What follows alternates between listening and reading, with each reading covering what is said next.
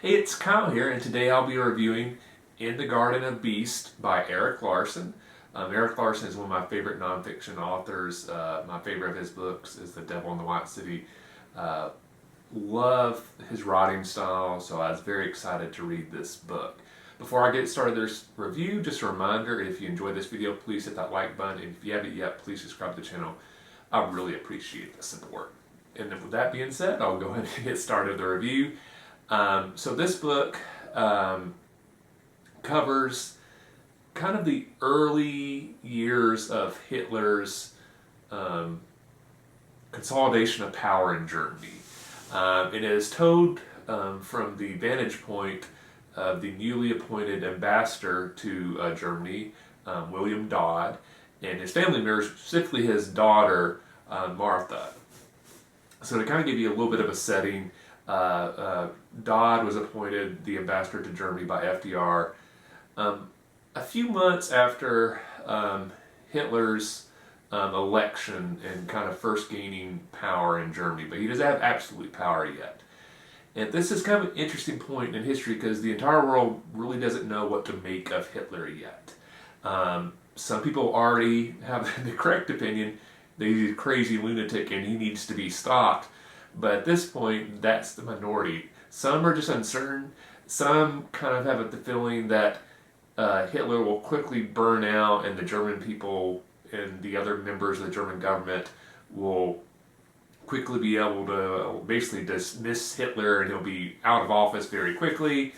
Other people kind of think as he's in office, he'll kind of get, he'll become more moderate as he gains power and kind of adjust to the reality of actually governing the country. There's several different theories, and there's some people that completely agree with his racist viewpoints that something needs to be done about the Jews and stuff like that in Germany.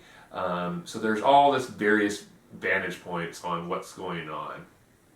And the new ambassador is kind of thrown in the middle of this. There's elements of the U.S. government that really wants him to be a forceful voice of American ideals. That's specifically what FDR wants him to do, kind of be of a beacon of what American democracy can mean, and maybe hopefully that will be a moderating effect on the German government, and maybe inspire the German people to resist Hitler.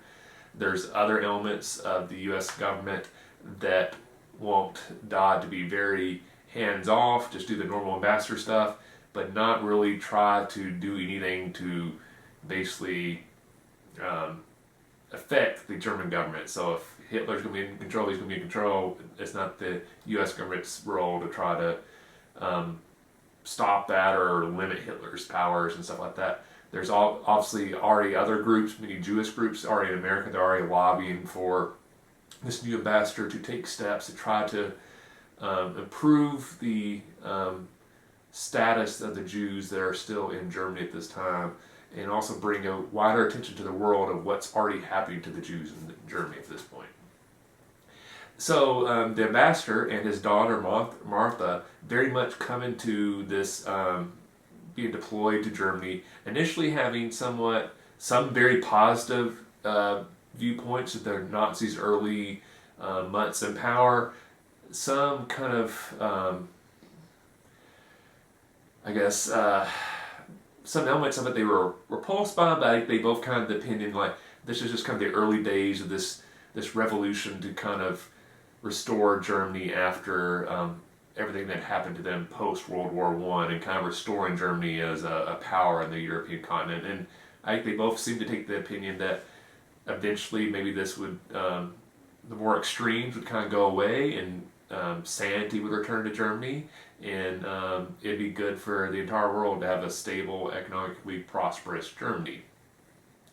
But as the ambassador and his family began to interact more with the German government, the German people, other ambassadors from other countries, and the longer they're in Germany, they began to see the darker sides of the Nazi government, and it becomes harder and harder for them to ignore. And that's the basic elements of the book. This book really specifically focuses on the first year that Dodd is the ambassador to Germany, and basically by the end of that first year, Hitler's assumed absolute control, and at that point, it's almost too late to kind of stop him without basically a military invasion. He's basically gained complete control of all elements of German society at that point, and the chance to really stop him with little bloodshed is over. A few of the elements of the book I'll mention that's very interesting. Martha, the ambassador's daughter, is a huge focus of this book. She's a very interesting individual for this time period. She is very sexually open. She dates a lot in Germany, and she's very free about that, which is very unusual for that time period. That was not really was expected of women at that time, especially the daughters of the ambassador. That's a large part of the book, because everybody else, especially other elements of the U.S. government that are opposed to Dodd, use his daughter's behavior against him a lot. So how she interacts with German society is very fascinating, because she quickly becomes friends with various elements of German society, some anti-Nazis, some Nazis. She actually dates a while a member of the Gestapo, and it's kind of interesting to see how her initially very idolized view of the Nazi party changes as she learns more about them. The Ambassador Dodd is also a figure that I really enjoyed reading about, because this is really his first foray into government service. He'd been a history professor in college his entire career, and as somebody who loves history, it was kind of interesting to kind of see a history professor thrown into being an ambassador. Something for us history nerds to cheer for in this story. And kind of seeing how his academic viewpoint and kind of being a study of history and kind of being used to studying figures in history acting logically, and then him being completely befuddled and confused by being confronted by the Nazi government, who at all instances did not behave logically. So it's a very fascinating read. If you're interested in World War II history, I think you'll really enjoy it. If you've read other books by Erik Larson, I think you'll enjoy this too, because one thing I really love about Erik Larson's writing styles, that even though his books are non-fiction history books, now in a lot of ways they do read like a novel. So I think his books are really good for people that normally don't enjoy reading non-fiction.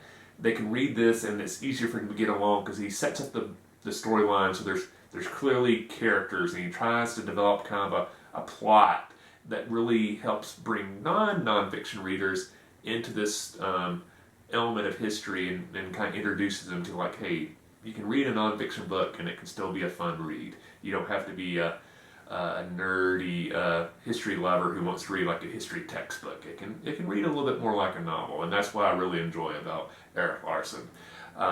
This might be my second favorite of his books. The Devil in the White City is still by far my favorite of his books, but I really did enjoy this book, and it was kind of interesting because I've read a lot of books World War II, but I've never really read a book that kind of focused on the elements that were kind of the central focus of this book. This kind of early year of Hitler's rise to power, the vantage points of the various ambassadors from other countries is actually fascinating. And kind of getting a view of German society during their time period also, I found very interesting. I just had never read anything about that before, so I really enjoyed it. Highly recommend it. So if you love history, if you're interested in World War II, if you enjoyed Erik Larson's books in the past, I highly recommend In the Garden of Beast. With that being said, let me know if you have read some of Erik Larson's books. What is your favorite of his books? And what is your favorite, maybe a non-fiction book about World War II? Let me know in the comment section below. Again, please hit that like button if you enjoyed this video. If you haven't yet, please subscribe to the channel. I really appreciate the support. Happy reading, and I'll see you the next time.